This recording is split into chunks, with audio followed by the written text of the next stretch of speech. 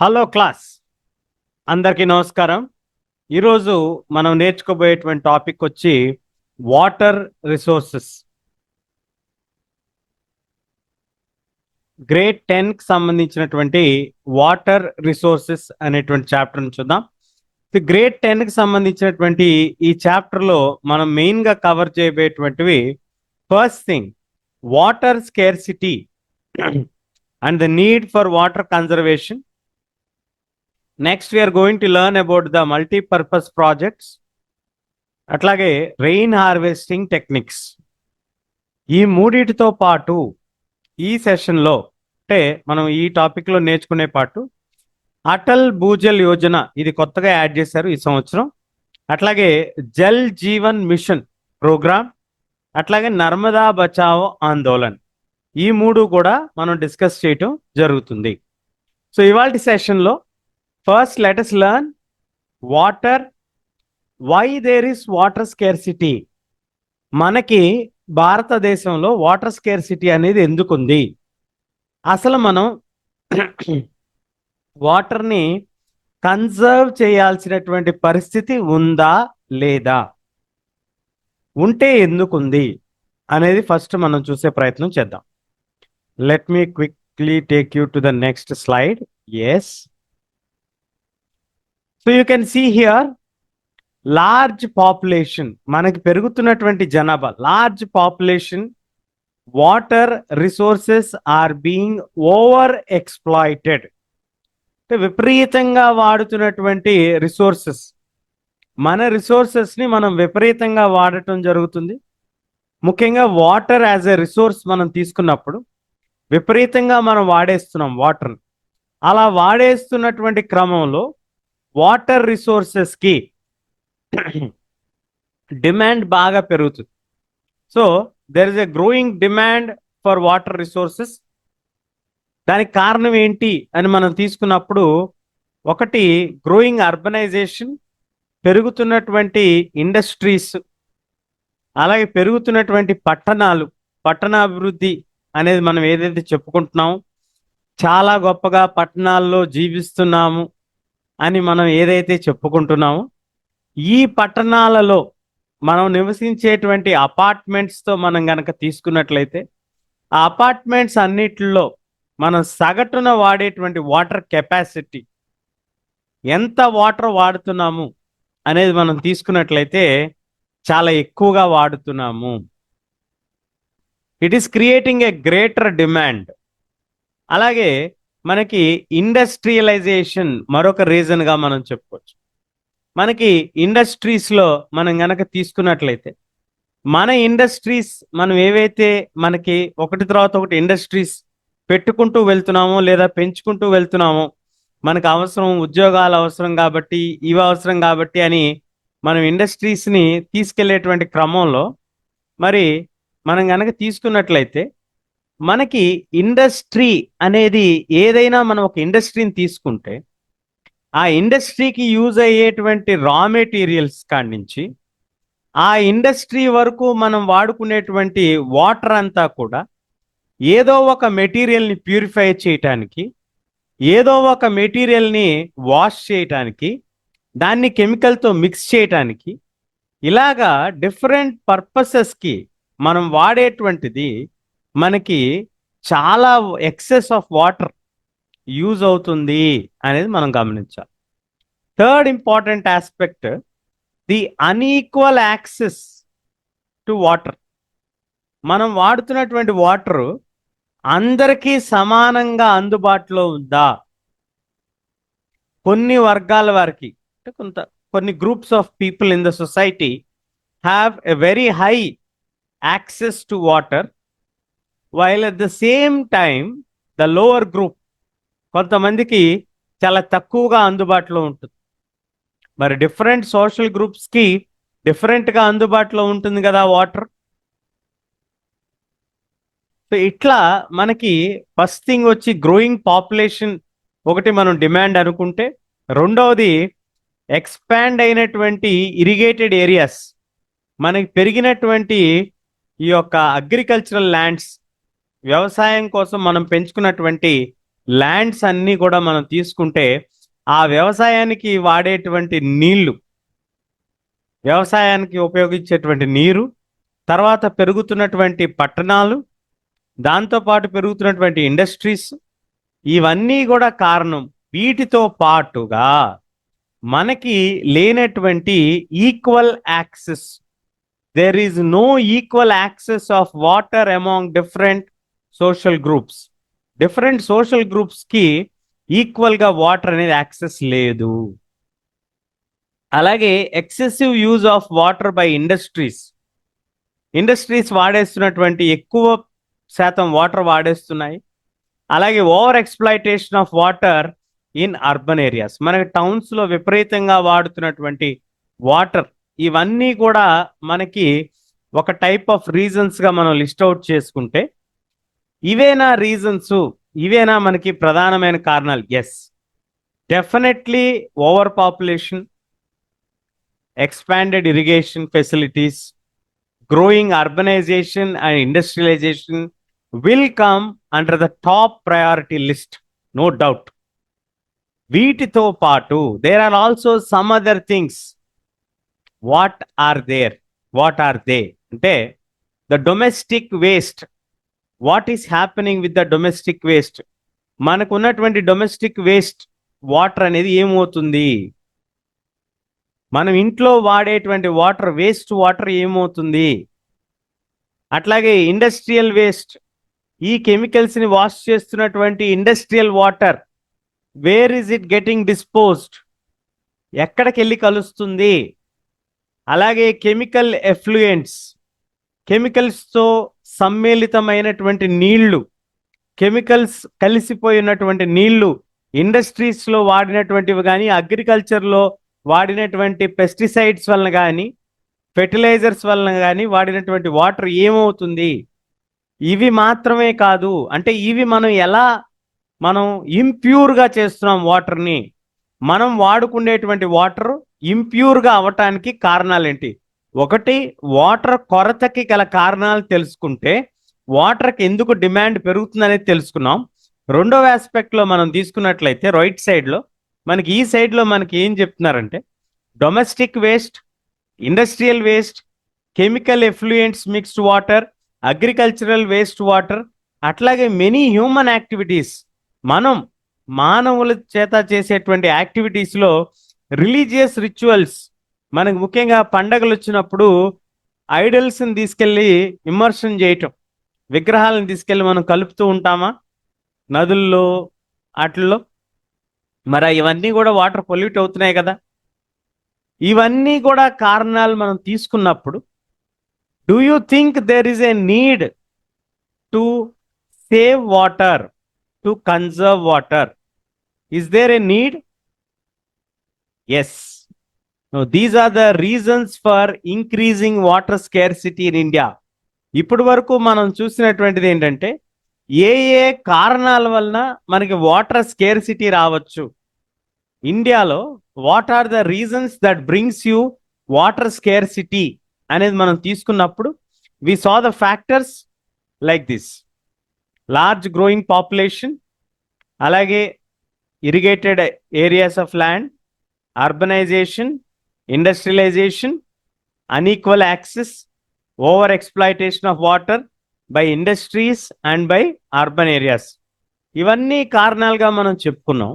అలాగే మనకి domestic use, అట్లాగే మనకి వాడుకునేటువంటి కెమికల్ వేస్ట్, ఇండస్ట్రియల్ వేస్ట్, ఇవన్నీ కూడా రీజన్స్గా మనం లిస్ట్ అవుట్ చేసుకున్నాం. So these are the reasons why we have the demand for water. ఇండియాలో చాలా వాటర్ అవైలబుల్గా ఉంది, చాలా రివర్స్ ఉన్నాయి కదా. But what is the reason for fresh water scarcity? ఇవన్నీ కూడా రీజన్స్గా మనం చెప్పుకోవచ్చు. మరి can you list out the major reasons why there is scarcity of water in India? Definitely will look in to that. The reasons for increasing scarcity of water in India. మన భారతదేశంలో రోజువారీగా పెరుగుతున్నటువంటి నీటి యొక్క కొరత, ముఖ్యంగా మంచి నీటి లేదా తాగునీటి యొక్క కొరతకి కారణాలు ఏమిటి? అనేది మనం తీసుకున్నట్లయితే, India is a country where it depends largely on monsoons. Monsoons అంటే ఏంటి? ఋతుపవనాలు అని. అంటే మన ఇండియాలో major agriculture, majority of agriculture చేసేవాళ్ళు కానీ, లేదా మనం ఎక్కువగా ఆధారపడేది ఏంటి? వర్షాలపై ఆధారపడి చేసేటువంటి వ్యవసాయం. వర్ష ఆధారిత వ్యవసాయంగా మనం చెప్పుకుంటాం. సో ఈ వర్షంపై ఆధారపడేటువంటి ఫినామినా ఏదైతే ఉందో, ఆ వర్షాల ఫినామినాని మాన్సూన్స్ అంటాం. మాన్సూన్ క్లైమేట్ అంటాం.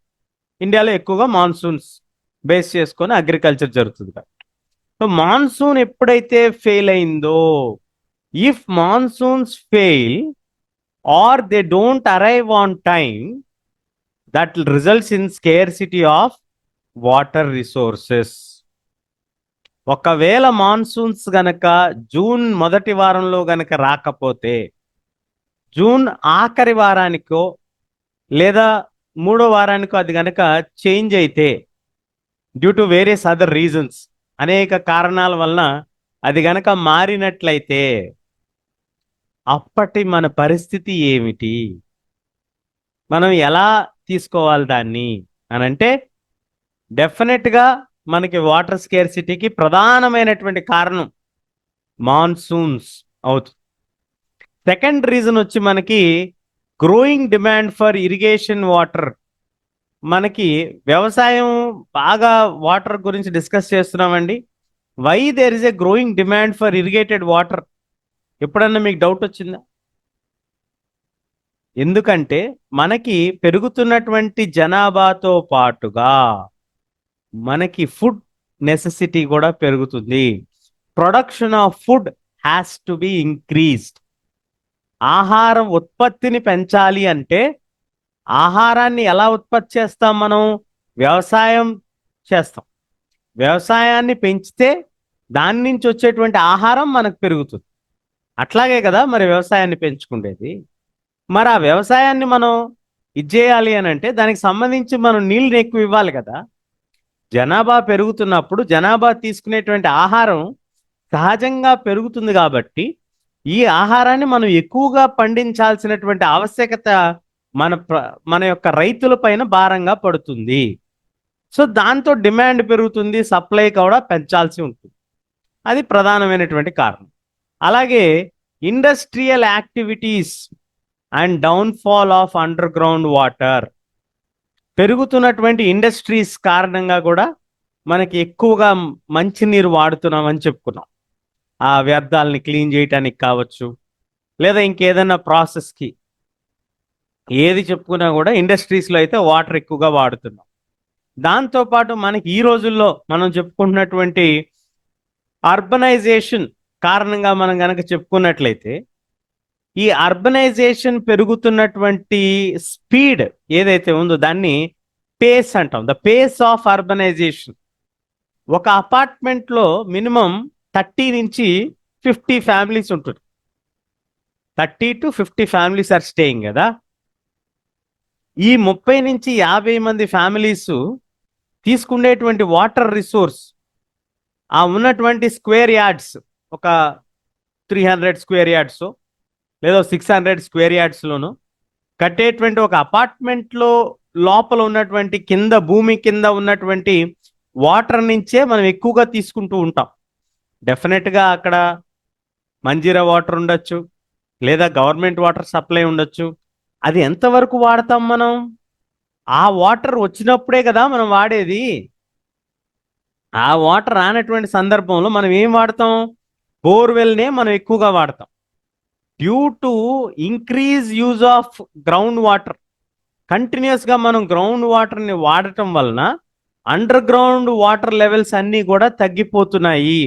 ఒక ఫ్యామిలీ లేదా 4 ఫ్యామిలీస్ లేదా ఒక 10 ఫ్యామిలీస్ ఉండేటువంటి ఒక ఏరియాలో మనం ఒక 30 నుంచి 50 ఫ్యామిలీస్ ఉండేటువంటి అపార్ట్మెంట్స్ని కన్స్ట్రక్ట్ చేసి, ఆ 50 ఫ్యామిలీస్కి డైలీ నీడ్స్కి ఒక 1500 నుంచి 2000 లీటర్స్ ఆఫ్ వాటర్ని డైలీ పుల్ చేస్తూ ఇంటూ 100 ఫ్యామిలీస్ చేసి ఆ వాటర్ని తీసుకెళ్తాం ఎంత ఫాస్ట్గా అయితే మనం హై ఎండ్ మెషిన్స్ను వాడి డ్రా చేస్తున్నామో, ఆ డ్రాయింగ్ కెపాసిటీ వలన అండర్ గ్రౌండ్ వాటర్ లెవెల్స్ ఏదైతే ఉన్నాయో అవి కిందకి వెళ్ళిపోతున్నాయి. They are getting depleted. పెరుగుతున్నటువంటి జనాభా యొక్క అవసరాలతో పాటు అండర్ గ్రౌండ్ వాటర్ లెవెల్స్ కూడా డిప్లీట్ అయిపోతున్నాయి.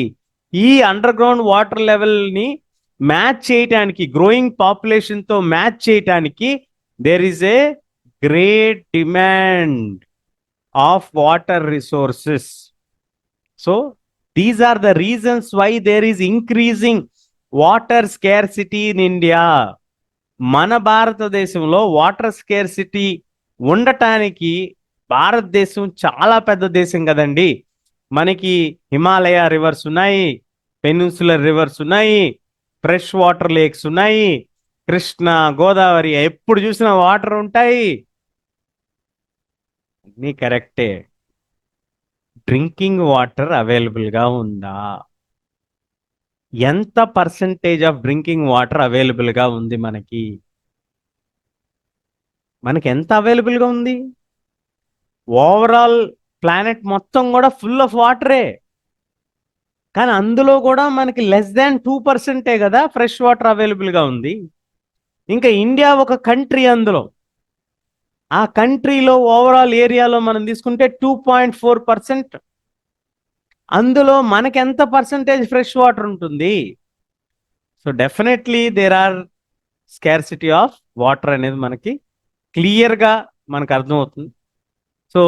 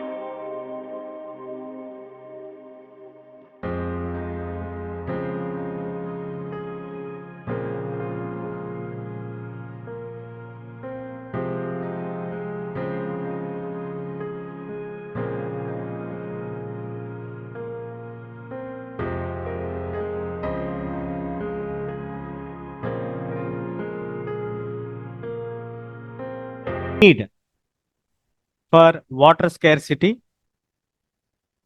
మనం ఇప్పుడు వాటర్ని ఎందుకు కన్జర్వ్ చేయాలి అనేటువంటి అంశాన్ని కనుక మనం తీసుకున్నట్లయితే, the reason for the need to conserve water resources, ఇందులో భాగంగా మనం మొట్టమొదటిగా మనం తీసుకున్నట్లయితే water resources are limited and our requirements are increasing day by day.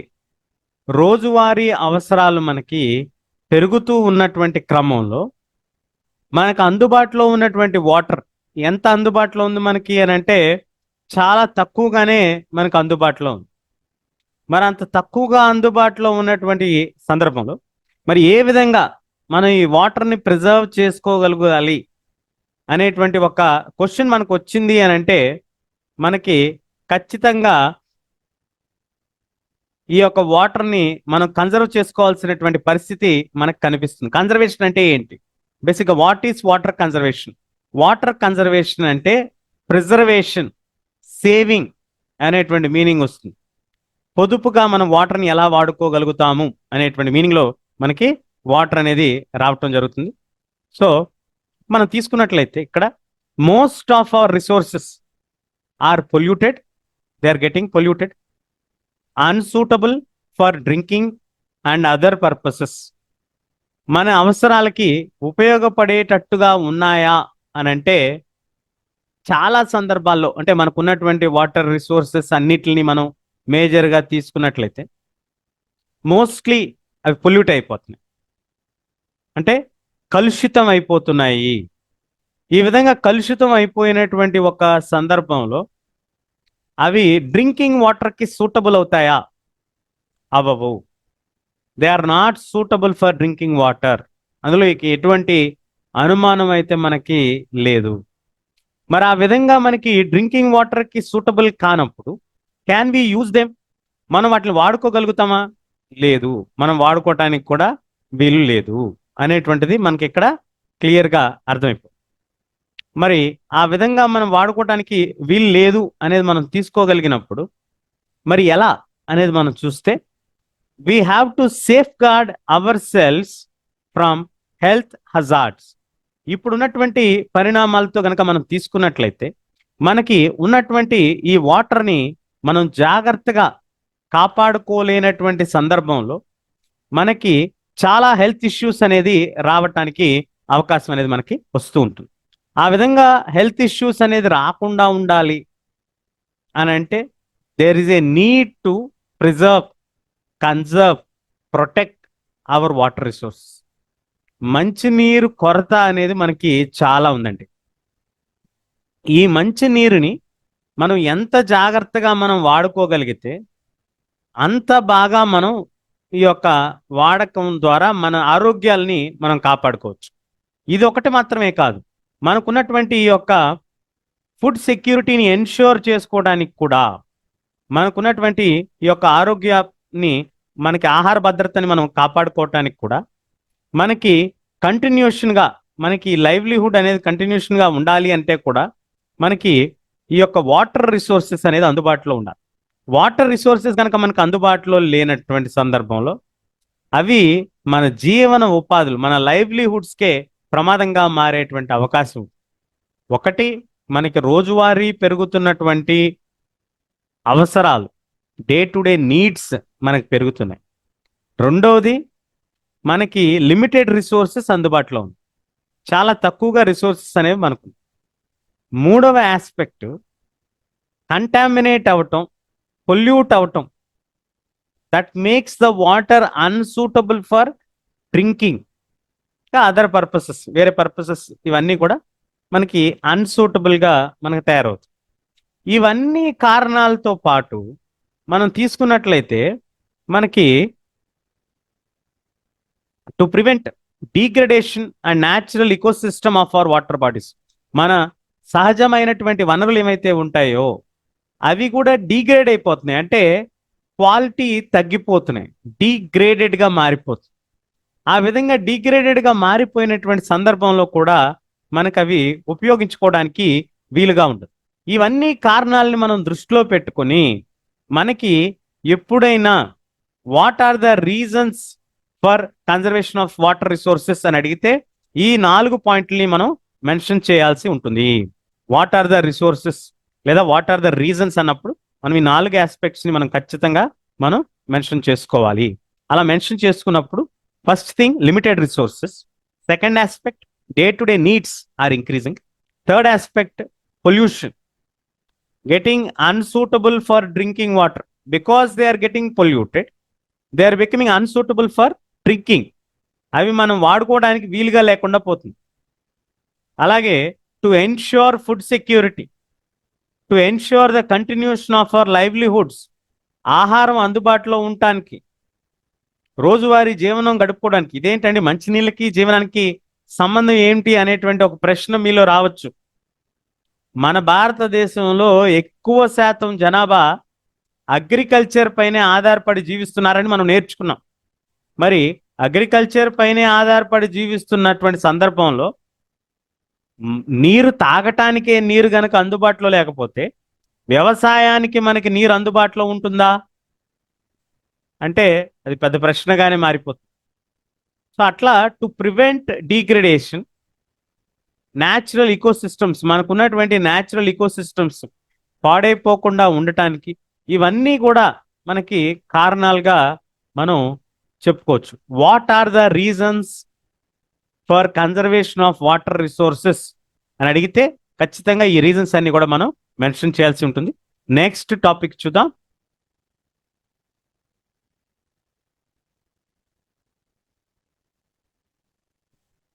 What is A multipurpose project? Multipurpose project అంటే ఏంటి అనేది మనం తీసుకున్నట్లయితే మనకి మల్టీపర్పస్ ప్రాజెక్ట్లో మల్టీపర్పస్ ప్రాజెక్ట్ మనం ఇక్కడ తీసుకుంటే ద మల్టీపర్పస్ ప్రాజెక్ట్ అనేది as the name multipurpose project. ఈ మల్టీపర్పస్ ప్రాజెక్ట్లో మనం తీసుకున్నట్లయితే పేరులోనే మనకి ఇక్కడ ఇచ్చారు. మల్టీపర్పస్ అంటే ఏంటి అని అడిగినప్పుడు మనకి మల్టీ అన్నప్పుడు మెనీ వేస్ యూజ్ అయ్యేటువంటిది అనేటువంటిది మనకి క్లియర్గా అర్థం. సో మల్టీపర్పస్లో అనేక విధాలుగా మనకు ఉపయోగపడేటువంటి రివర్ అనేటువంటి మీనింగ్ వస్తుంది. ప్రాజెక్ట్స్ అవి డ్యామ్స్ కావచ్చు, రెయిన్ వాటర్ హార్వెస్టింగ్ టెక్నిక్స్ కావచ్చు, ఇంకా వాటర్ని కన్సర్వ్ చేసేటువంటి టెక్నిక్స్ ఏవైనా కూడా ఇవన్నీ వాటర్ మేనేజ్మెంట్లో భాగంగా మనకు ఉపయోగపడేటువంటి టెక్నిక్స్. ఇందులో మేజర్గా మనకు ఉపయోగపడేటువంటివి ఏంటి అని అంటే మనకున్నటువంటి ఈ యొక్క హైడ్రో ఎలక్ట్రిక్ ప్రాజెక్ట్స్ లేదా హైడ్రో పవర్ ప్రాజెక్ట్స్ ఏవైతే మనం చెప్పుకుంటాం. హైడ్రో ఎలక్ట్రిక్ ప్రాజెక్ట్స్ లేదా హైడ్రో ప్రాజెక్ట్స్ అనేవి మనకి ఎలక్ట్రిసిటీని by the flowing of water, నీరుని పైనుంచి కిందకి ఇచ్చేసుకుంటూ మనం ఎలక్ట్రిసిటీని ఏ విధంగా అయితే జనరేట్ చేస్తామో దాన్ని హైడ్రో ఎలక్ట్రిసిటీ లేదా హైడల్ పవర్ అని పిలవటం జరుగుతుంది. హైడ్రో ఎలక్ట్రిసిటీ లేదా హైడల్ పవర్ అని పిలవటం జరుగుతుంది. ఈ హైడ్రో ఎలక్ట్రిసిటీ కానీ హైడ్రో పవర్ కానీ మనం చెప్పుకున్నట్లయితే ఈ హైడ్రో పవర్ లేదా హైడ్రో ఎలక్ట్రిసిటీలో వాటర్ నుంచే మనం ఎలక్ట్రిసిటీని జనరేట్ చేస్తున్నాం కాబట్టి దాన్ని మనం హైడ్రో అంటే వాటర్ అని అర్థం అండి. కాబట్టి వాటర్ నుంచి వచ్చేటువంటి ఎలక్ట్రిసిటీ హైడ్రో ఎలక్ట్రిసిటీ అనేటువంటి మీనింగ్ వస్తుంది. రెండవది multipurpose river projects. Multipurpose river ప్రాజెక్ట్స్లో మొట్టమొదటిది మనం తీసుకున్నట్లయితే ఒక డ్యామ్ని మనం కన్స్ట్రక్ట్ చేసుకుంటాం. ఈ డ్యామ్ని కన్స్ట్రక్ట్ చేసుకున్నప్పుడు ఆ స్టోరేజ్ ఆఫ్ వాటర్, మనకి ఇక్కడ వాటర్ స్టోరేజ్ చేసుకుంటాం ఒక పర్పస్ అయితే, రెండవ పర్పస్ ఏంటి? Generation of electricity. ఈ రకంగా రెండు రకాలుగా మనకు ఉపయోగపడుతున్నటువంటిది కాబట్టే మనం దీన్ని మల్టీపర్పస్ ప్రాజెక్ట్స్ అంటాం. ఈ మల్టీపర్పస్లో మనం చెప్తుంది ఏంటి? మనకి అనేక రకాలుగా మనకు ఉపయోగపడుతుంది. ఈ అనేక రకాలుగా ఉపయోగపడేటువంటి క్రమంలో మనకి లాభాన్ని చేకూరుస్తుంది. ఒకటి, వాటర్ని స్టోర్ చేసుకోవడానికి ఉపయోగపడుతుంది. రెండవది, ఎలక్ట్రిసిటీ జనరేట్ చేసుకోవడానికి ఉపయోగపడుతుంది. మూడవది, ఫ్లడ్స్. మనకి ఏ రకమైనటువంటి ఫ్లడ్స్ వాటర్ని మనం ఇచ్చేయగలుగుతాం, స్టోరేజ్ ఆఫ్ వాటర్ని మనం చేయగలుగుతాం, ఫ్లడ్డింగ్ ఆపగలుగుతాం. స్టోరింగ్ ఆఫ్ వాటర్, మరొక అడ్వాంటేజ్ ఏంటంటే స్టోరింగ్ ఆఫ్ వాటర్. ఈ డ్యామ్స్ ద్వారా మనం వాటర్ని స్టోర్ చేసుకుంటాం. ఇవన్నీ కూడా మనకి డిఫరెంట్ వేస్లో ఉపయోగపడేటువంటివి కాబట్టి దీన్ని మల్టీపర్పస్ ప్రాజెక్ట్స్ అంటుంది. సో మనకి ఇక్కడ క్వశ్చన్ వస్తుంది, how the urbanization are the responsible for the water scarcity. Industrialization కానీ అర్బనైజేషన్ కానీ ఒక రకంగా డెవలప్మెంట్కి ఇవి కారణం కదండి.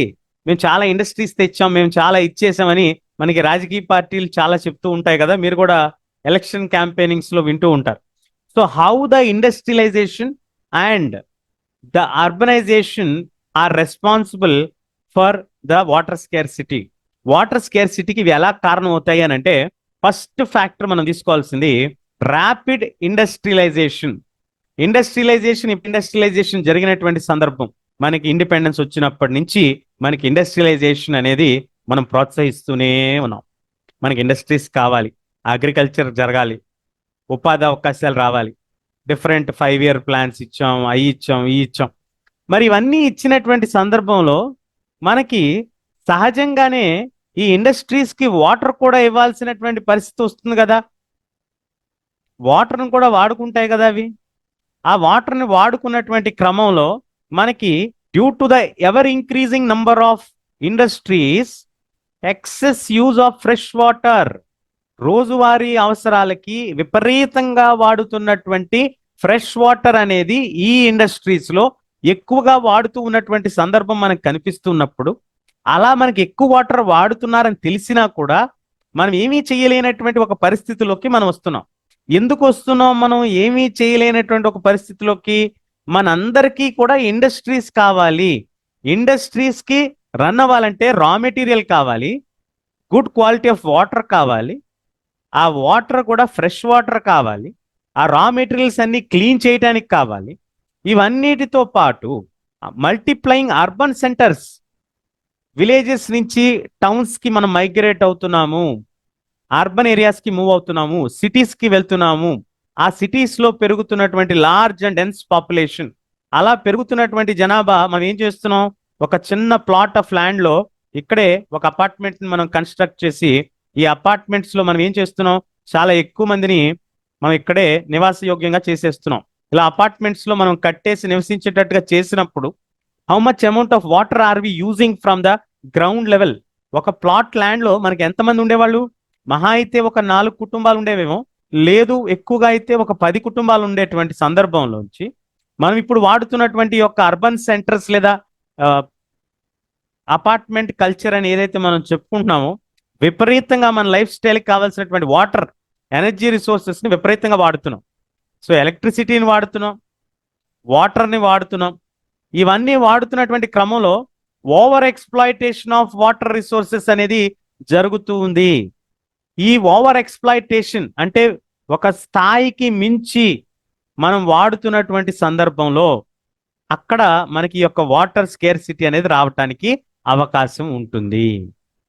కాబట్టే మనం వాటర్ని కన్జర్వ్ చేయాలి, అలాగే వాటర్ని జాగ్రత్తగా మేనేజ్ చేసుకోవాలి. So we learn what is the need for water conservation, what is a multipurpose project, what is hydro power, అలాగే how industrialisation and urbanisation are responsible for the scarcity of water. పట్టణ అభివృద్ధి వలన కానీ లేదా పరిశ్రమల యొక్క అభివృద్ధి వలన కానీ మనకి ఏ విధంగా ఈ యొక్క రోజువారీ నీటి అవసరాలకి నష్టం జరుగుతుంది అనేటువంటి దాన్ని కూడా మనం క్లియర్గా డిస్కస్ చేసుకోగలిగాం. ఇవి మనం ఇప్పటి వరకు నేర్చుకున్నటువంటి అంశాలు. అదేవిధంగా మనం తీసుకున్నట్లయితే నెక్స్ట్ ఆస్పెక్ట్లో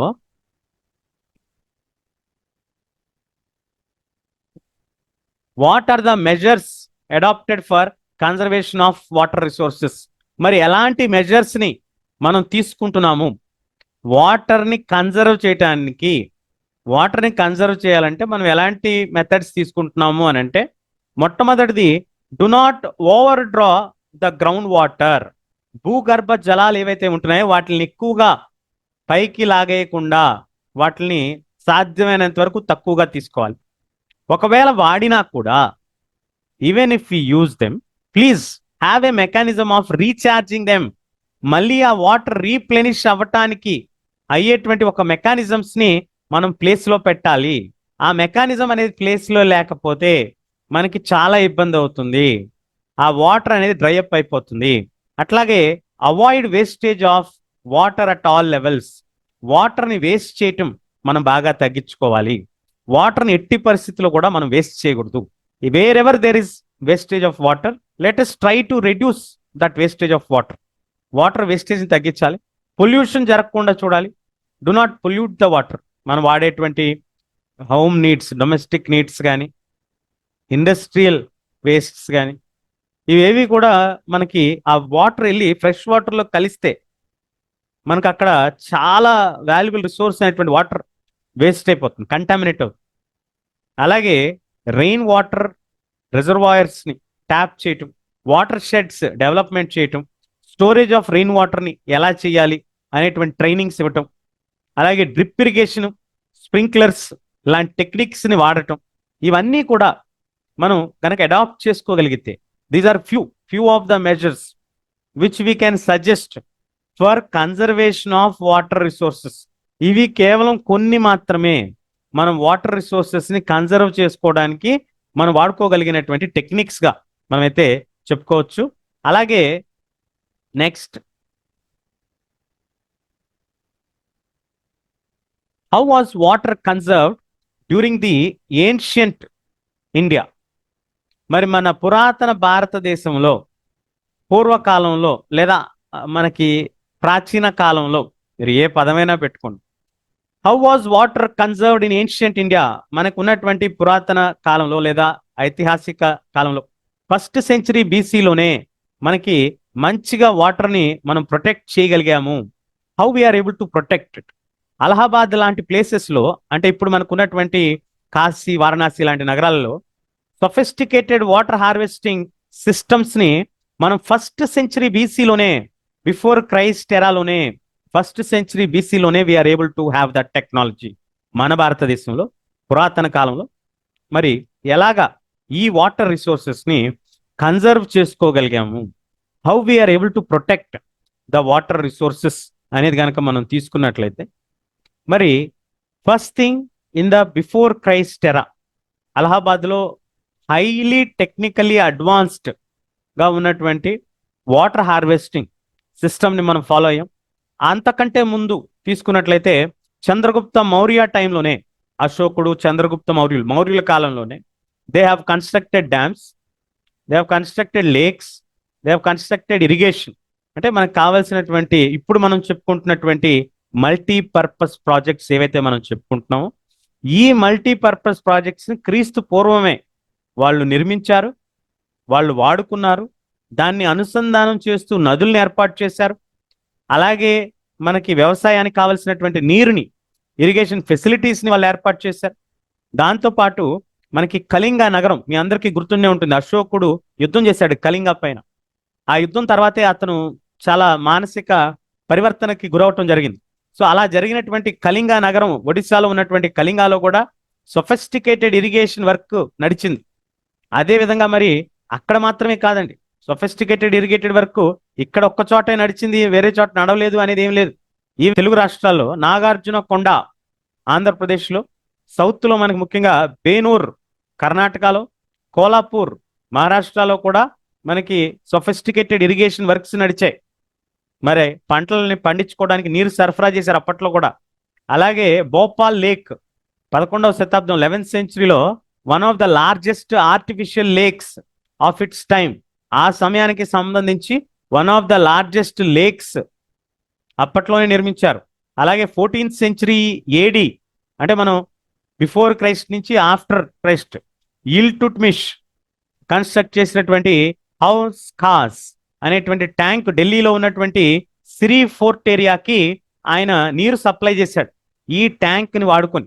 ఈ రకంగా మనకి అనేకమైనటువంటి పురాతన కట్టడాలు ఉన్నాయి. వాటర్ని కన్జర్వ్ చేశారు, వాటర్ని పొదుపుగా వాడుకున్నారు, వాటర్ సప్లై కూడా చేశారు. మనం ఈరోజు చెప్పుకుంటున్నటువంటి హైలీ డెవలప్డ్ టెక్నాలజీ అని ఏదైతే మనం చెప్పుకుంటున్నామో దాంతో కంపేర్ చేసుకుంటే వాళ్ళు దాదాపుగా సమానంగా అంతే టెక్నాలజీతో వాళ్ళందరూ వాడగలిగారు. మరి ఇవన్నీ వాడినటువంటి సందర్భంలో మనకి క్లియర్గా అర్థమయ్యేటువంటి విషయం ఏంటంటే, water is being conserved in the ancient India, medieval India, right now also we can conserve the water resources అనేటువంటిది మనకి ఇక్కడ క్లియర్గా నోట్ చేసుకోవాల్సినటువంటి విషయం. ఏన్షియంట్ ఇండియాలో ఎలా ప్రొటెక్ట్ చేశారు, ఎక్కడెక్కడ ఫ్యూ ఎగ్జాంపుల్స్ ఇవ్వండి అని అంటే మీరు క్లియర్గా చెప్పొచ్చు. అలహాబాదు, అలాగే చంద్రగుప్త మౌర్య టైంలో డ్యామ్స్, అట్లాగే ఆంధ్రప్రదేశ్లో నాగార్జున కొండ, కళింగ నగర ప్రాంతం, అలాగే భోపాల్ లేక్, దాంతోపాటు ఇల్టుట్మిష్ కట్టించినటువంటి హౌస్ ఖాస్ ఢిల్లీకి సంబంధించినటువంటిది. ఇది సిరి ఫోర్ట్, దానికి వాటర్ సప్లైకి ఆయన ఉపయోగించాడు అనేటువంటిది మనం చెప్పుకోవచ్చు చారిత్రక నేపథ్యంలో. అదేవిధంగా మరి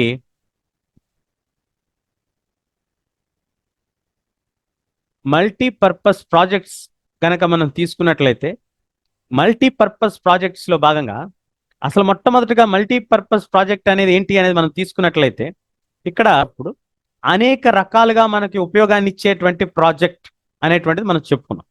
డ్యామ్ వాటర్ కన్జర్వేషన్ కావచ్చు, ఇక్కడ మనకి ఇచ్చారు కూడా. వాట్ ఈస్ ద పర్పస్ అన్నప్పుడు కంట్రోల్ ఫ్లడ్స్, ఫ్లడ్ కంట్రోల్ చేయటం, soil erosion, checking the soil erosion, soil erosion అనేది జరగకుండా ఉండేటట్టుగా చర్యలు చేపట్టడం, provide water for irrigation and drinking purpose, పంటలు పండించుకోవడానికి, అలాగే మనం కావలసినటువంటి అవసరాలకి ఎలక్ట్రిసిటీ జనరేట్ చేసుకోవడానికి, మంచినీళ్ళ అవసరం కోసం కూడా మనం వాడుకోవచ్చు. మంచినీళ్ళ పర్పస్, డ్రింకింగ్ వాటర్ పర్పస్కి, అలాగే జనరేట్ ఎలక్ట్రిసిటీ ఫర్ ఇండస్ట్రీస్కి ఎలక్ట్రిసిటీ జనరేట్ చేయడం ఎలాగా, హైడ్రో ఎలక్ట్రిసిటీ ద్వారా. దాంతోపాటు help in preservation of wildlife preservation, fisheries develop చేసుకోవడానికి, దాంతోపాటు protecting of villages, cities, supply of water, అలాగే ఇన్లాండ్ నావిగేషన్, ఆ నదుల గుండా నావిగేషన్ చేయటానికి, ఇవన్నిటికీ కూడా ఇది కారణంగా మనమైతే చెప్పుకోవచ్చు. ఈ రకంగా మనకి బాగా ఉపయోగపడిందనే మనం క్లియర్గా చెప్పుకోవచ్చు. మరి ఇలా ఉన్నటువంటి యొక్క మల్టీపర్పస్ ప్రాజెక్ట్స్లో మనం కనుక తీసుకున్నట్లయితే ఈ రోజు ఉన్నటువంటి సందర్భంలో ఎక్కడెక్కడ మనకి మల్టీపర్పస్ ప్రాజెక్ట్స్ అనేవి ఉపయోగపడుతున్నాయి అని అంటే అనేక రకాలుగా మనకు ఉపయోగపడుతున్నాయి. మనం ఇక్కడ క్లియర్గా లిస్ట్ డౌన్ చేసుకోవచ్చు ఎన్ని రకాలుగా మనకు ఉపయోగపడుతున్నాయి అనేది. To protect the floods, just second, flood water irrigation, preservation, irrigation of soil, navigation, అట్లాగే మనకి డిఫరెంట్ పర్పసెస్కి ఫిషరీస్ ప్రొటెక్ట్ చేసుకోవడానికి, వైల్డ్ లైఫ్ ప్రొటెక్ట్ చేసుకోవడానికి, అట్లాగే ఫ్లడ్ ప్రొటెక్షన్, సాయిల్ ఎరోషన్ ప్రొటెక్షన్కి, ఇట్లా డిఫరెంట్ వేస్లో మనకి ఇది ఉపయోగం జరుగుతుంది.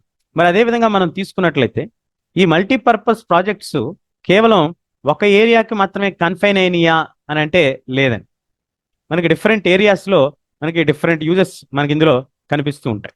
మనకి ఫేమస్ ప్రాజెక్ట్స్ ఏమున్నాయి అనేది మనం తీసుకున్నట్లయితే దామోదర్ వ్యాలీ కార్పొరేషన్, ఇది దామోదర్ వ్యాలీ కార్పొరేషన్ మనకి ఇక్కడ ఫస్ట్ మల్టీపర్పస్ ప్రాజెక్ట్గా మనం చెప్పుకోవచ్చు. Next Bhakra Nangal project, second multipurpose project. Third Hirakud dam, 4 Kosi, 5th one Chambal. ఇవి 5 కూడా మనకి చాలా ఉపయోగపడేటువంటి ప్రాజెక్ట్స్గా మనమైతే చెప్పుకోవచ్చు. ఇందులో దామోదర్ వ్యాలీ కార్పొరేషన్ అనేది మనకి ఎక్కడెక్కడ బిల్డ్ చేశారు, ఎక్కడ బిల్డ్ చేశారని అంటే మనకి వెస్ట్ బెంగాల్కి బెనిఫిష్. అట్లాగే బాక్రా నంగల్ ప్రాజెక్ట్ మనకి సట్లజ్ రివర్ పైన బిల్డ్ చేశారు. స్టేట్స్ వచ్చి పంజాబ్, హర్యానా, రాజస్థాన్, హిమాచల్ ప్రదేశ్కి ఉపయోగం. అలాగే హిరకుద్ డ్యామ్ మహానది బాగా యూస్ఫుల్. అట్లాగే కోసి రివర్, కోసి పై నిర్మించారు డ్యామ్, బీహారు, అలాగే నేబర్గా ఉన్నటువంటి నేపాల్ కంట్రీకి. సో ఇది ఇంటర్నేషనల్ డ్యామ్గా మనం చెప్పుకోవచ్చు. అట్లాగే చంబల్ వ్యాలీ, ఇది చంబల్ రివర్ పై నిర్మించారు, మధ్యప్రదేశ్, అట్లాగే రాజస్థాన్. ఈ రకంగా మల్టీపర్పస్ ప్రాజెక్ట్ అంటే the projects which are like large dams used for several purposes like flood control, checking soil erosion, providing water for irrigation, drinking purpose, generating electricity, industries, villages, cities, provide inland navigation, help in preservation of wildlife, and also development of fisheries. ఇవన్నీ reasons అవుతాయి. Examples you can quote any 2 examples. One is Bhakra Nangal project, the other one is Hirakud dam. Any 2 examples you can quote.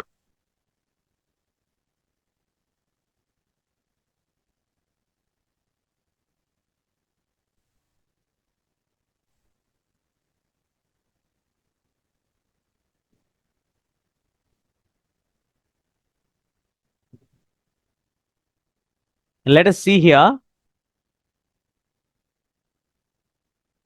Now, what about the advantages of multi-purpose projects? The advantages of the multi-purpose projects, definitely there are many advantages for the multi-purpose projects. First one, we can use for irrigation. Second one, hydroelectricity. Third, water supply for domestic and industrial use. Fourth, regulation of the flow of water, flood control, recreational facilities, inland navigation, pisciculture, fish breeding, soil conservation through afforestation. ఈ major బెనిఫిట్స్గా మనం అయితే చెప్పుకోవచ్చు. ఈ major బెనిఫిట్స్లో మనం తీసుకున్నట్లయితే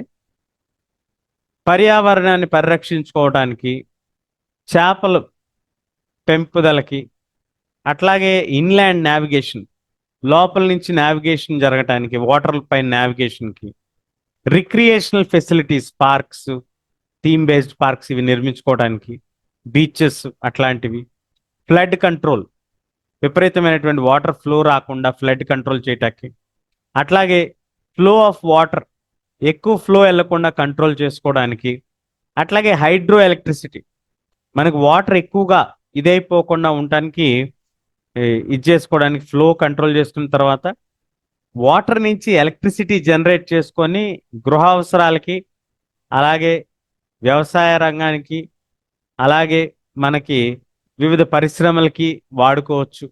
ఇవన్నీ మనకి multiple పర్పస్లో అడ్వాంటేజెస్గా మనమైతే చెప్పుకోవచ్చు. మరి డిసడ్వాంటేజెస్ లేవండి? Definitely when there are advantages, definitely there are going to be some disadvantages. ఒక నాణ్యానికి రెండు వైపులు ఎలా ఉంటాయో, మంచి ఉన్నప్పుడు చెడు కూడా కొంత ఉంటుంది. అది ఏమిటి అని అంటే, ఇక్కడ మనం చూస్తే failure to fulfil the basic objectives. ఉదాహరణకి ఫ్లడ్ వాటర్ కంట్రోల్ చేయడానికి మనం డ్యామ్ నిర్మించాం, కానీ ఆ డ్యామ్ ఆ ఫ్లడ్ని కనుక కంట్రోల్ చేయలేకపోతే, వాటర్ ఎక్సెస్గా వచ్చేస్తే, లేదా సెడిమెంటేషన్ వలన స్టోరేజ్ కెపాసిటీ తగ్గిపోతే ఆ ఆబ్జెక్టివ్ ఫెయిల్ అయినట్టే కదా. దాంతోపాటు regulating and damming of river effects the natural flow of water. ఇలా ప్రవహిస్తున్నటువంటి నదికి, మనం ఇలా ప్రవహించే నది పైన ఇక్కడ మనం ఒక ఆనకట్ట నిర్మిస్తే, అది సహజంగా పారేటువంటి నది పైన మనం ఎక్సెసివ్గా ప్రెషర్ పెట్టి ఆపినట్టే. దానివల్ల ఈ చుట్టుపక్కల ఏరియాలు ఫ్లడ్డింగ్ అయిపోవడానికి అవకాశం ఉంటుంది. ఎస్, ఎక్సెసివ్ సెడిమెంటేషన్ ఫామ్ అవడానికి అవకాశం ఉంటుంది ఇక్కడ, సెడిమెంట్స్. అలాగే అక్కడ ఉండేటువంటి అక్వాటిక్ లైఫ్కి ప్రమాదం రావచ్చు. రిజర్వాయర్స్ కొన్నిసార్లు ఫ్లడ్ ప్లేన్స్ని క్రియేట్ చేస్తే ఈ ప్రాంతాలంతా కూడా ఇక్కడ వరకు మనం సేఫ్ చేయగలుగుతామేమో, కానీ దీనికి మించి బ్యాక్ సైడ్ ఈ ఏరియా అంతా కూడా మనకు ఫ్లడ్డింగ్ వచ్చేటువంటి అవకాశం ఉంటుంది. అలాగే ఓవర్ఫ్లో జరగడానికి అవకాశం ఉంటుంది. సబ్మర్జ్ ది ఎగ్జిస్టింగ్ వెజిటేషన్, అక్కడ నివసిస్తున్నటువంటి వారికి నివాస యోగ్యం కానటువంటి ప్రాంతంగా మారేటువంటి అవకాశం ఉంటుంది. Soil consequently leading to decomposition, soil erosion జరిగిపోతుంది. మల్టీపర్పస్ ప్రాజెక్ట్స్ లార్జ్ స్కేల్లో లోకల్ కమ్యూనిటీస్ డిస్ప్లేస్మెంట్ జరిగినటువంటి ఉదంతాలు మనం చూసాం. సర్దార్ సరోవర్ డ్యామ్ దగ్గర నర్మదా బచావో ఆందోళన్ చాలా సుదీర్ఘ కాలం పాటు కొనసాగటం మనం చూసాం. ఇట్లాంటి వివాదాలన్నీ చూసినప్పుడు కొంత మల్టీపర్పస్ ప్రాజెక్ట్స్ యొక్క బెనిఫిట్స్ పైన డౌట్స్ రావటం అనేది సహజం మనకి.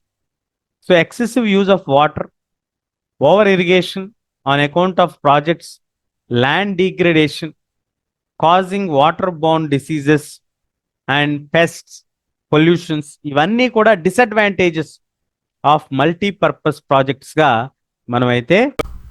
Hello class, welcome to the news section. In this session we are going to learn about the dams and the rain harvesting techniques. మనం ఈ సెషన్లో డ్యామ్స్ గురించి, అట్లాగే రెయిన్ హార్వెస్టింగ్ టెక్నిక్స్ గురించి అయితే మనం నేర్చుకుందాం. So let me quickly give you the. మనం క్లియర్గా చూస్తే dam, what is a dam? A dam is a barrier, ఒక హోల్డింగ్. అంటే మనకి ఏదైనా ఒక బ్యారియర్ని మనం నిర్మించాం అంటే, ఏదైనా ఒక నది ప్రవాహం ఏదైతే నడుస్తుందో ఈ నదీ ప్రవాహానికి అడ్డుగా మనం నిర్మించేటువంటి దాన్ని డ్యామ్ అంటాం. సో ఏదైనా ఒక నది ప్రవాహాన్ని బ్లాక్ చేస్తూ ఆ వాటర్ని మనం ఈ అప్లాండ్ లో హోల్డ్ చేస్తాం. So we preserve that water forming a reservoir. So ఇలా హోల్డ్ అయినటువంటి దాన్ని రిజర్వాయర్ అంటాం. ఈ వాటర్ని మళ్ళీ మనం వేరే ఛానల్ ద్వారా పంపించి ఇక్కడ మనం ఎలక్ట్రిసిటీని జనరేట్ చేసుకోవచ్చు. So with water when you generate electricity, that is known as hydro power or hydel power. Why Jawaharlal Nehru proudly proclaimed dams as the temples of modern India. Jawaharlal Nehru garu ఎందుకు టెంపుల్స్ ని ఆయన మోడర్న్ డే దేవాలయాలతో పోల్చారు అని అంటే these projects integrate development of agriculture with industries. భారతదేశం వ్యవసాయ ఆధారిత దేశం అయినప్పటికీ కేవలం వ్యవసాయానికి అభివృద్ధికి మాత్రమే కాకుండా మనకి ఇండస్ట్రీస్ డెవలప్మెంట్ కూడా ఎలక్ట్రిసిటీని సప్లై చేయగలుగుతుంది, ఫ్రెష్ వాటర్ ని సప్లై చేయగలుగుతుంది. ఇంకా అర్బనైజేషన్ ప్రాసెస్ లో కూడా మనకి టౌన్స్ కి సిటీస్ కి వీటికి అన్నిటికి కూడా ఇది ఉపయోగపడుతుంది. కాబట్టి మనకి ఆయన టెంపుల్స్ ఆఫ్ మోడర్న్ ఇండియాగా నెహ్రూ గారు భారతదేశానికి సంబంధించినటువంటి మొట్టమొదటి ప్రధానమంత్రిగా పనిచేసినటువంటి జవహర్లాల్ నెహ్రూ గారు ఈ వాక్యాన్ని చెప్పడం జరిగింది. సో గ్యారంటీగా మనకి క్వశ్చన్ రావచ్చు, why Jawaharlal Nehru termed the dams as modern day temples. What is a dam? One mark question. So dam is a barrier which is constructed to hold back the water flow forming a reservoir. దీన్ని reservoir అంటాం. అంటే ఎక్కడైతే మనం water ని store చేసుకుంటామో దాన్ని reservoir అంటాం. అదే వాటర్ ని మళ్ళీ ఎలక్ట్రిసిటీ జనరేట్ చేయడానికి కనుక మనం యూజ్ చేస్తే దాన్ని హైడల్ పవర్ లేదా హైడ్రో పవర్ అనేటువంటి దాన్ని వాడతాం. సో ఇది అగ్రికల్చర్ కి ఉపయోగపడుతుంది, ఇండస్ట్రీస్ కి ఉపయోగపడుతుంది. కాబట్టి జవహర్లాల్ నెహ్రూ గారు దీన్ని టెంపుల్స్ ఆఫ్ మోడర్న్ ఇండియాగా చెప్పడం జరిగింది. అలాగే లిస్ట్ డౌన్ ది అడ్వాంటేజెస్ అని అడిగితే మనం చూసుకోవచ్చు. ఇరిగేషన్ కి ఉపయోగపడుతుంది, వాటర్ సప్లై చేయొచ్చు.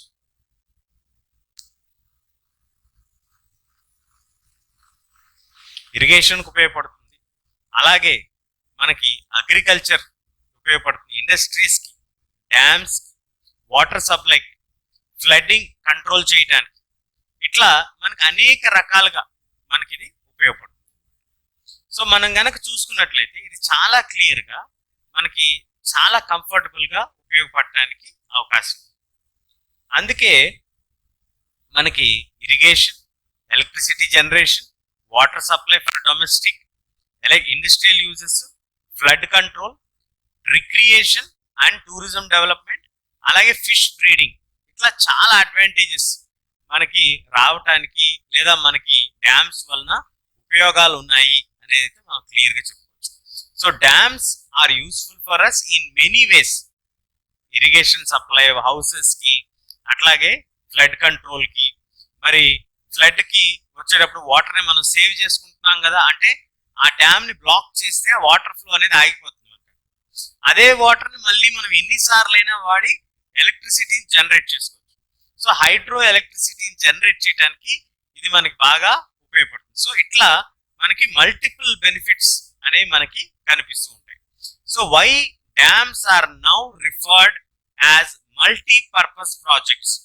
వీటిని ఇప్పుడు ఏమని పిలుస్తున్నాం మనము అని అంటే, ఇప్పుడు మనం వీటిని మల్టీపర్పస్ ప్రాజెక్ట్స్ గా పిలుస్తున్నాం. ఒకటి, the use of impound water integration with one another. ఒకదానితో మరొక దానికి వాటర్ ని వాడుకోవటానికి అనుసంధానం చేయగలుగుతున్నాం.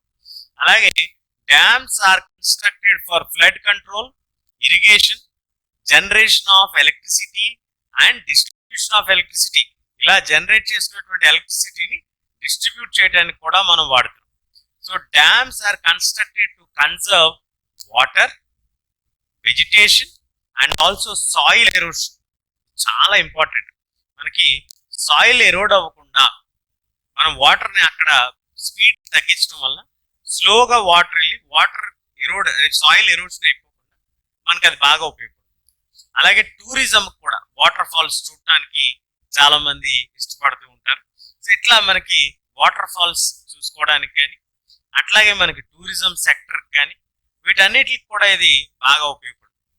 So dam, why dams are called as modern day temples అని జవహర్లాల్ నెహ్రూ గారు ఎందుకు అన్నారు, అని ఏ కంటెక్స్ట్ లో అన్నారు అనేటువంటి దాన్ని ఒకటి. అలాగే multipurpose projects are what are the advantages of dams. ఇందులో గ్యారంటీగా మనకి క్వశ్చన్స్ అయితే వస్తాయి. ఈ రోజు కూడా ఇది మోస్ట్ రిలవెంట్ అన్నమాట. మనకి అగ్రికల్చర్ కు ఉపయోగపడుతుంది, ఇండస్ట్రీస్ కు ఉపయోగపడుతుంది, ఇట్లా అనేక రకాలుగా మనకు ఉపయోగపడుతుంది. కాబట్టి ఇట్ ఈస్ వెరీ రిలవెంట్ అనేది మనం అందరం కూడా క్లియర్ గా నోట్ చేసుకోవచ్చు ఈ point. Next, rain harvesting. Rain harvesting techniques మనం తీసుకున్నట్లయితే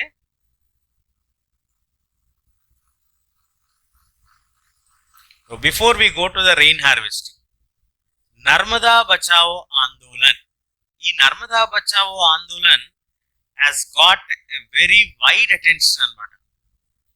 నర్మదా డ్యామ్ పైన నిర్మిస్తున్నటువంటి డ్యామ్ పేరు వచ్చి సర్దార్ సరోవర్ డ్యామ్. ఈ సర్దార్ సరోవర్ డ్యామ్ ఎప్పుడైతే నిర్మిస్తున్నారో ఆ నిర్మించేటువంటి క్రమంలో వాళ్ళు దాదాపుగా ఒక 30 సంవత్సరాల కాలం పట్టింది నిర్మించడానికి. ఈ 30 సంవత్సరాల కాలం పట్టేటప్పటికి డ్యామ్స్ పైన చాలా సందేహాలు వచ్చేసాయి. డ్యామ్స్ పైన చాలా సందేహాలు వచ్చేసాయి. ఎందుకు అంత సందేహాలు రావాల్సినంత పరిస్థితి ఎందుకు వచ్చింది అని అంటే, మీరు ఒకసారి గమనిస్తే ఇక్కడ డ్యామ్ ఎక్కడ నిర్మించారు? ఇక్కడ ఈ ప్రాంతంలో వీళ్ళు డ్యామ్ నిర్మించారు. ఈ ప్రాంతంలో ఎక్కడైతే మనకి గుజరాత్, మధ్యప్రదేశ్, మహారాష్ట్ర సరిహద్దులుగా ఉన్నటువంటి ఈ ప్రాంతంలో డ్యామ్ నిర్మించేటువంటి ప్రాంతంలో మనకి ఒక పెద్ద ఉద్యమం నడిచింది దీనికి వ్యతిరేకంగా. దీన్ని నడిపింది నాన్ గవర్నమెంటల్ ఆర్గనైజేషన్స్. వాళ్ళ యొక్క కన్సర్న్స్ ఏంటి అని అంటే, most tribal people, farmers, environmentalist, ఎవరైతే పర్యావరణాన్ని గురించి మాట్లాడతారో వాళ్ళు, అలాగే హ్యూమన్ రైట్ యాక్టివిస్ట్, వీళ్ళందరూ ఏమంటారంటే, మీరు కడుతున్నటువంటి డ్యామ్ ఏదైతే మీరు కడుతున్నారో చాలా మంది ట్రైబల్ కమ్యూనిటీస్ అంటే అడవి జాతుల వాళ్ళు, ఈ షెడ్యూల్ తెగలకు సంబంధించిన వాళ్ళు అక్కడ నివాసం ఉంటున్నారు. వాళ్ళందరినీ కూడా డిస్ప్లేస్ చేస్తున్నాము. సరే, డిస్ప్లేస్ చేస్తున్నారు, బాగానే ఉంది. మరి వాళ్ళకి ఏదైనా ఆల్టర్నేటివ్ చూపించారా? ఎన్విరాన్మెంట్కి ఎంత డ్యామేజ్ జరుగుతుంది, ఇకలాజికల్ బ్యాలెన్స్ ఎంత దెబ్బతింటుంది, ఆ చుట్టుపక్కల ఉండేటువంటి పరిసర ప్రాంతాలన్నీ కూడా నీట మునిగిపోతాయి. అట్లాగే మనకి ఈ డిస్ప్లేస్మెంట్ జరిగిన తర్వాత కూడా వాళ్ళకి రీహాబిలిటేషన్ సరిగ్గా అందలేదు. దాంతో ఈ ట్రైబల్ కమ్యూనిటీస్ లేదా ఈ యాక్టివిస్ట్ ఏమని ఆర్గ్యూ చేశారంటే, మేధా పాట్కర్ చాలా యాక్టివ్ రోల్ పోషించారు ఆమె. సో మేధా పాట్కర్ గారు ఈ చెప్పింది ఏంటి అని అంటే, మీరు ఏదైతే ఈ డ్యామ్ నిర్మించి అటు అగ్రికల్చర్కి ఇటు ఇండస్ట్రియలిస్ట్కి లాభం కలుగుతుందని చెప్తున్నారో, వాస్తవానికి కొన్ని లక్షల మందికి జీవనోపాధి పోతుంది. ఆ ట్రైబల్ కమ్యూనిటీస్ వాళ్ళకి వేరే వృత్తులు ఏమీ రావు. They depend on forest. Forest పైనే ఆధారపడి వాళ్ళు పని చేసుకుంటూ ఉంటారు. మరి అలాంటి ఒక ఫారెస్ట్ పైన ఆధారపడి చేసుకునేటువంటి వాళ్ళకి మీరు సరైనటువంటి రీహాబిలిటేషన్ కల్పించకుండా వాళ్ళని వేరే ప్రాంతానికి వెళ్ళమన్నప్పుడు వాళ్ళు వేరే ప్రాంతానికి వెళ్ళి ఎట్లాంటి జాబ్స్ చేసుకోవాలి? వాళ్ళకి వేరే జాబ్స్ ఏమీ రావు కదా, వాళ్ళకి ఏ స్కిల్స్ లేవు. అందువల్ల ఇది మేజర్ కన్సర్న్ అయింది. So it got wide attention in media అన్నమాట. So it was focusing on environmental issues, areas that are going to get submerged. అట్లాగే refocused on rehabilitation of the displaced people. ఈ displace అయిపోయినటువంటి communities కి సరైనటువంటి rehabilitation అందాలి అనేటువంటి ఒక discussion, ఒక ఆర్గ్యుమెంట్ అయితే బాగా వచ్చింది ఈ నర్మదా బచావో ఆందోళన. ఇప్పటికైతే డ్యామ్ కన్స్ట్రక్షన్ అయిపోయింది. రీహాబిలిటేషన్ జరిగిందో లేదో మనకి ఫర్దర్ డీటెయిల్స్ మీరే కనుక్కోవాలి. తెలిస్తే కమెంట్ సెక్షన్లో తెలియజేయండి. డెఫినెట్గా మనందరికి యూజ్ అవుతుంది, నేను కూడా నేర్చుకుంటాను. Moving to rain harvesting techniques. మనకున్నటువంటి యొక్క రెయిన్ హార్వెస్టింగ్ టెక్నిక్స్ అనేవి చాలా చాలా ఇంపార్టెంట్ అనమాట. మనకి ఎగ్జామినేషన్ పాయింట్ ఆఫ్ వ్యూలో మనం ఇది కనుక తీసుకున్నట్లయితే,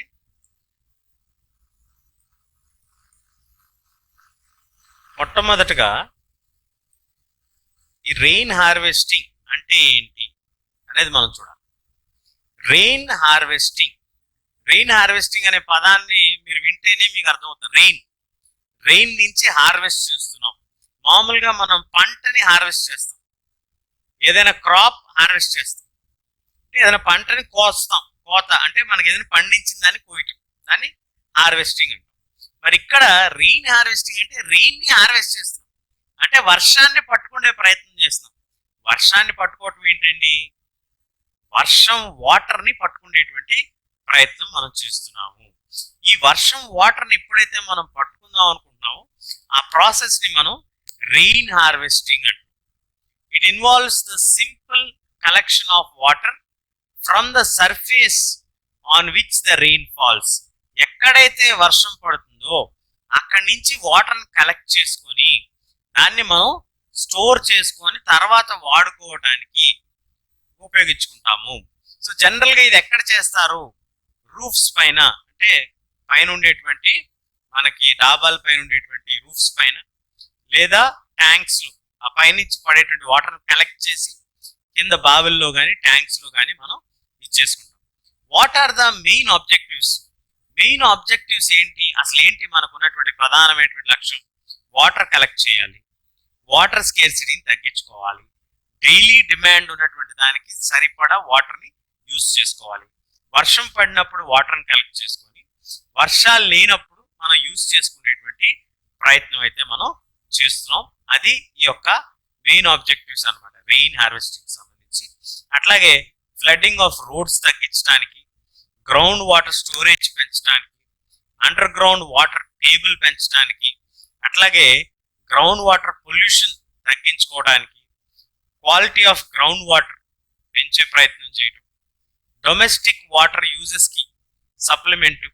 సమ్మర్ లో మనకి వాటర్ తక్కువగా ఉంటుంది కాబట్టి లాంగ్ డ్రై స్పెల్స్ ఉంటాయి కాబట్టి రెయిన్ లో మనం వాటర్ కలెక్ట్ చేసుకుంటే ఆ టైంకి అది మనం బాగా యూజ్ చేసుకోవడానికి ఉపయోగపడుతుంది అనమాట. అట్లాగే మనకి ఇందులో డిఫరెంట్ టెక్నిక్స్ మనకు ఉన్నాయి. ఒక్కొక్క ప్రాంతంలో ఒక్కొక్కలాగా మనకి ఇది వాడుతూ ఉంటారు. సో అది మనం తీసుకున్నట్లయితే మనకి హై ఆల్టిట్యూడ్ ఉన్నటువంటి ఏరియాస్ మనకి సహజంగా పర్వత శ్రేణులు ఉన్నటువంటి ప్రాంతంలో ఇలాంటి ఎక్కడైతే పర్వతం ఉంటుందో ఆ పర్వతం మీద నుంచి పారుతున్నటువంటి వాటర్ని చిన్న చిన్న పాయల కింద డైవర్ట్ చేస్తారనమాట. ఈ చిన్న చిన్న పాయల కింద డైవర్ట్ చేయడాన్ని గుల్స్ ఆర్ కుల్స్ అంటారు.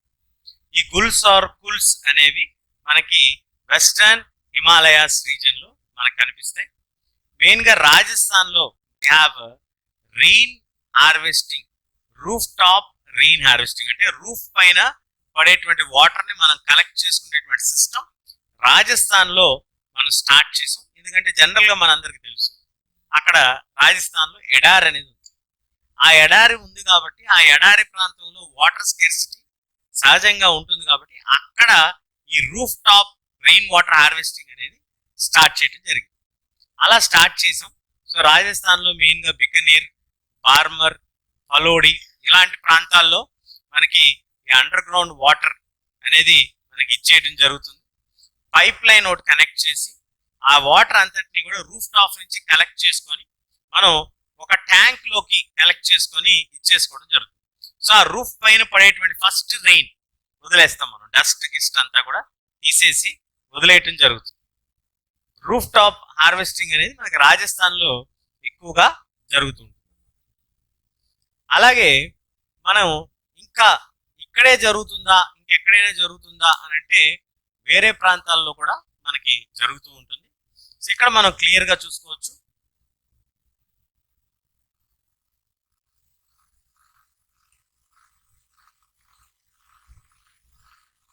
రిలయబుల్ సోర్స్ అన్నమాట, మంచి సోర్స్ ఆఫ్ వాటర్ మనకి. సో గుల్స్ అండ్ కుల్స్ అంటే ఇట్లా మనకి పాయల్లాగా చేయడం. వీటితో పాటు మనకి ఇలా ఎప్పుడైతే ఇలా అప్ అండ్ డౌన్ ల్యాండ్స్ ఉంటాయో ఈ అప్ అండ్ డౌన్ ల్యాండ్స్ కి ఈ చుట్టుపక్కల ఖదిన్స్, బండ్స్ అనేవి ఏర్పాటు చేస్తారు.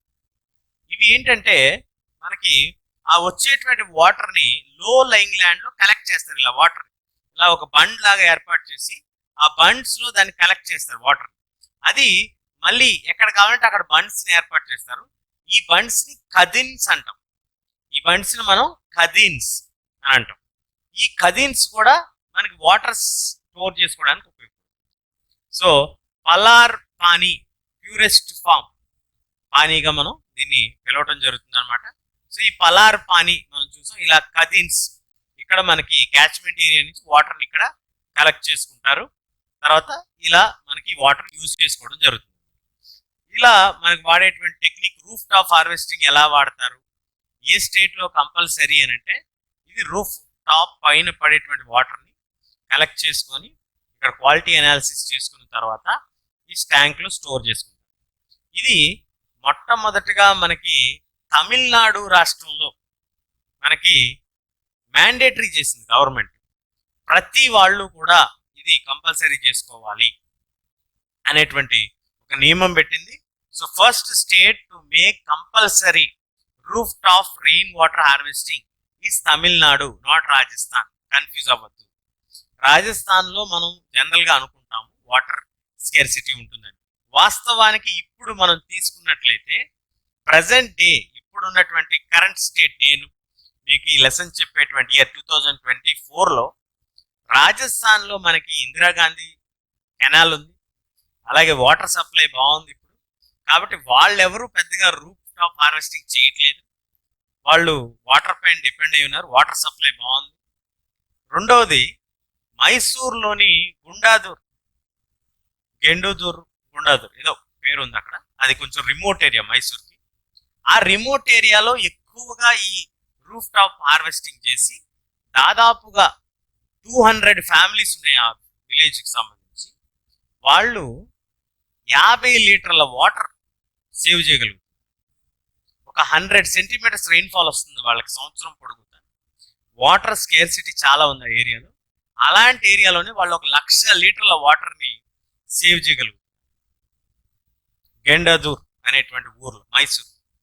రాజస్థాన్లో మనకి వాటర్ స్కేర్సిటీ ఉంది అని మనం అనుకుంటాం.